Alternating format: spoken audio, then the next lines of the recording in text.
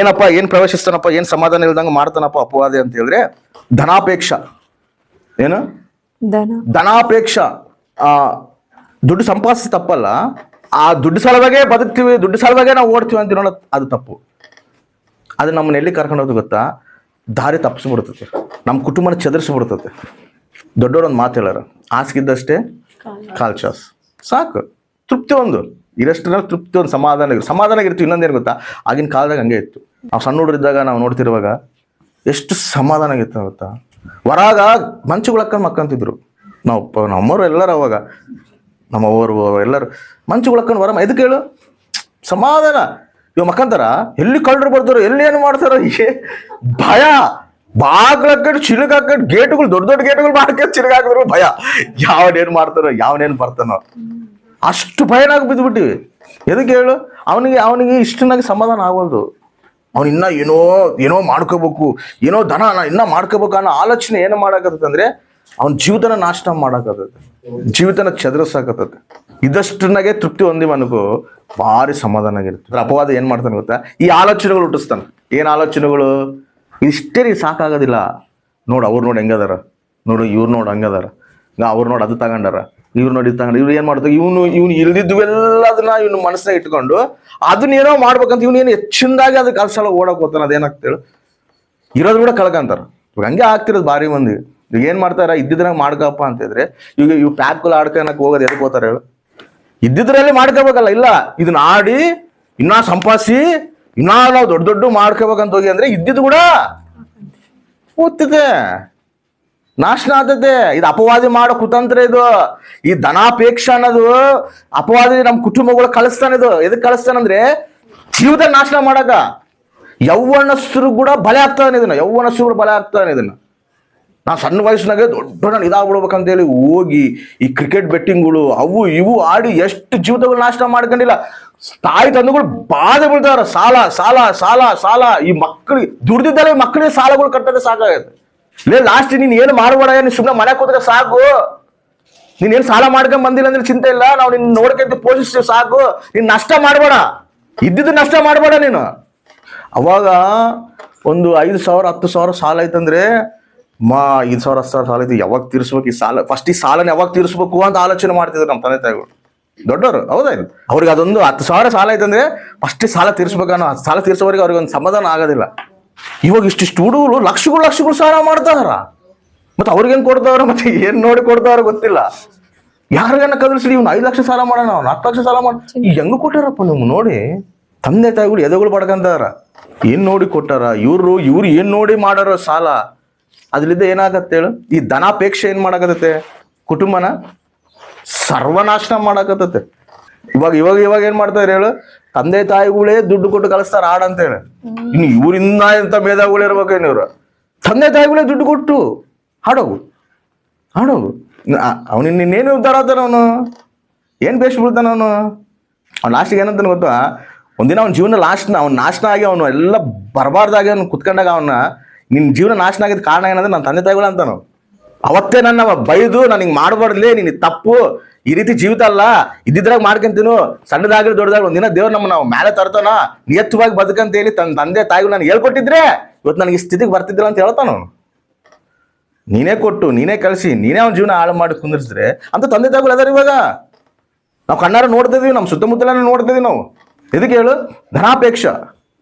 ಈ ತಂದೆ ತಾಯಿಗಳು ಧನಾಪೇಕ್ಷ, ಅವನಿಗೆ ಆ ಧನಾಪೇಕ್ಷ ಅವನಲ್ಲಿ ಹುಟ್ಟಿಸಿ ಲಾಸ್ಟಿಗೆ ಏನ್ ಮಾಡಕತ್ತಾರೆ, ಜೀವಿತನೇ ನಾಶನ ಮಾಡ್ಕಂತಾರೆ.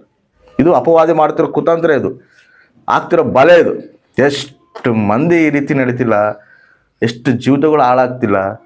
ಅದಕ್ಕೆ ಆತ್ಮ ಸಂಬಂಧವಾಗಿರ್ಬೇಕು. ದೇವರೇನಂತೇನು ಹೇಳು, ಅರೆ ಆಕಾಶ ಪಕ್ಷಿಗಳನ್ನು ಪೋಷಿಸ್ತೇನಯ್ಯ, ಅಡಿ ಹೂಗಳನ್ನು ಪೋಷಿಸ್ತೇನೆ, ನೀವು ಅದಕ್ಕಿಂತ ಶ್ರೇಷ್ಠರಲ್ಲ.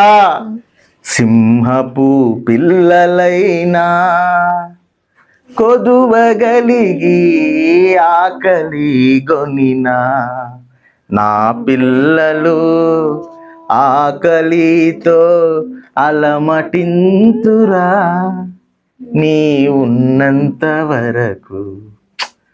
ಸಿಂಹದ ಮಕ್ಕಳನ್ನಾಗ್ಲಿ ಹಸಿವುದಲ್ಲಿ ಇರ್ತಾರೇನೋ ಅಂತ, ಅದು ನನ್ನ ಮಕ್ಕಳು ಮಾತ್ರ ಹಸಿವುದಲ್ಲಿ ಇರೋದಿಲ್ಲ ಅಂತ ನಾನು. ಆಮೇನ್. ಅಸಲು ಸಿಂಹದ ಮಕ್ಕಳು ಹಸುವೇ ಇರೋದಿಲ್ಲ. ಆಕ್ಚುಲಿ ಸಿಂಹದ ಮಕ್ಕಳು ಅದು ಹೋಗಿ ವೇಟಾಡಿ ತಗೊಂಬರ್ತದೆ ಅದು ಆಹಾರ ತನ್ನ ಮಕ್ಕಳಿಗೆ.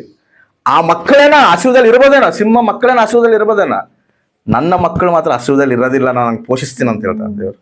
ಆಮೇನ್. ಇಷ್ಟು ಅದ್ಭುತವಾದ ದೇವ್ರು ನಮ್ಮ ಹತ್ರ ಇದ್ದಾಗ, ಇಷ್ಟು ದೇವ್ರು ನಮ್ಮನ್ನು ಪೋಷಿಸ್ತಿರುವಾಗ ಇನ್ನೂ ಆಸೆ ಅಂತೇಳಿ ಹೋದ್ರೆ ಏನು ಬರ್ತದೆ? ಇವತ್ತು ನಿನಗೆ ಸಾಕು, ನಾಳೆ ನಿನ್ನ ಚಿಂತನೆ ಮಾಡಬೇಡ ಅಂತ ಹೇಳೋಣ. ಚಿಂತೆ ಎಲ್ಲ ನನ್ನ ಮೇಲೆ ಹಾಕು. ಇದನ್ನು ಬಿಟ್ಟು ಏನು ಮಾಡ್ತಾರೆ ಹೇಳು?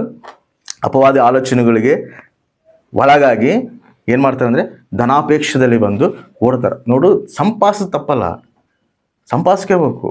ದೇವ್ರು ನೀನು ಎಷ್ಟು ಪರಿಮಿತಿ ನೀನು ಕೊಡ್ತಾನೆ ಅಷ್ಟವರೆಗೆ ಸಂಪಾದಿಸ್ಕ. ಬಟ್ ಅದನ್ನು ಜಾಸ್ತಿ ಅದ್ರ ಸಲುವಾಗೇ ನೀನು ಓಡಿ ಅನ್ಕೋ, ಅದು ಖಚಿತವಾಗಿ ನೀನು ನಾಷ್ಟಕ್ಕೆ ತಗೊಂಡು ಹೋಗ್ತದೆ.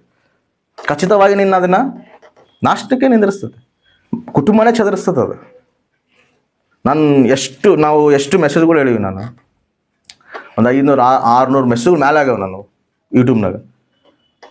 ಒಬ್ಬ ನನಗೆ ಮೆಸೇಜ್ ಮಾಡಿದ್ದ, ಬ್ರದರ್ ನೀವು ಇಷ್ಟು ಮೆಸೇಜ್ಗಳು ಹೇಳಿರಲ್ಲ, ಒಂದು ಕೂಡ ಕಾಣಿಕೆ ಬಗ್ಗೆ ಮೆಸೇಜ್ ಹೇಳಿಲ್ಲಲ್ಲ ಬ್ರದರ್ ನೀವು ಅಂತ. ಒಂದು ಕೂಡ ಕಾಣಿಕೆ ಬಗ್ಗೆ ನನಗೆ ಅವಸರನೇ ಇಲ್ಲ.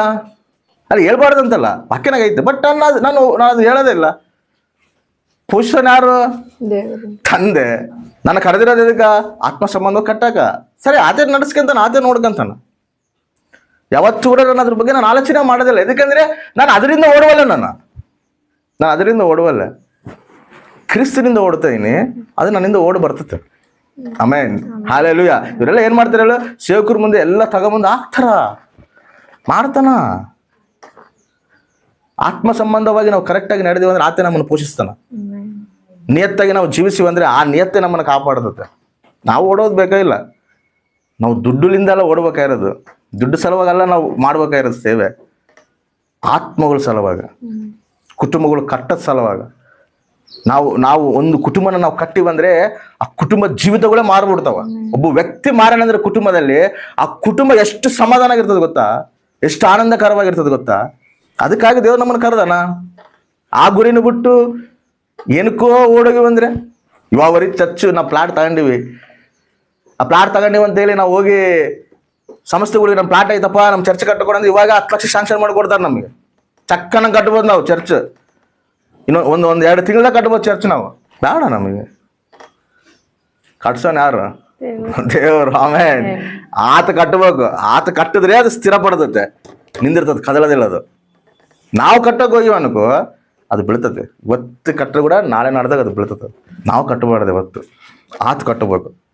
ಆತ ಕಟ್ಟೋದು ಸ್ಥಿರ ಪಡ್ತದೆ. ಅದಕ್ಕೆ ನಾನು ಯಾವಾಗಲೂ ಕಾಣಿಕೆ ಬಗ್ಗೆ ಇದ್ರ ಬಗ್ಗೆ ನಾನು ಹೇಳೋದಿಲ್ಲ, ಅವಸರ ಇಲ್ಲ ನನಗೆ. ನಾವು ಹೆಂಗೆ ಕಟ್ಕೋಬೇಕು, ಹೆಂಗೆ ನಾವು ದೇವ್ರಿಗೆ ಸನ್ನಿಹಿತ ಆಗ್ಬೇಕು, ಹೆಂಗೆ ನಮ್ಮ ಜೀವಿತಗಳನ್ನ ನಾವು ನಿಂದಿರ್ಸ್ಕೋಬೇಕು, ಹೆಂಗೆ ನಾವು ದೇವ್ರಿಗೆ ಕನೆಕ್ಟ್ ಆಗ್ಬೇಕು, ಆ ಒಂದು ಪರ ಸಂಬಂಧವಾದದ್ದನ್ನ ನಾವು ಹೆಂಗೆ ಪಡ್ಕೋಬೇಕು, ಅದೇ ಮಾರ್ಗದಲ್ಲೇ ನಾವು ನಡೆಯೋಣ.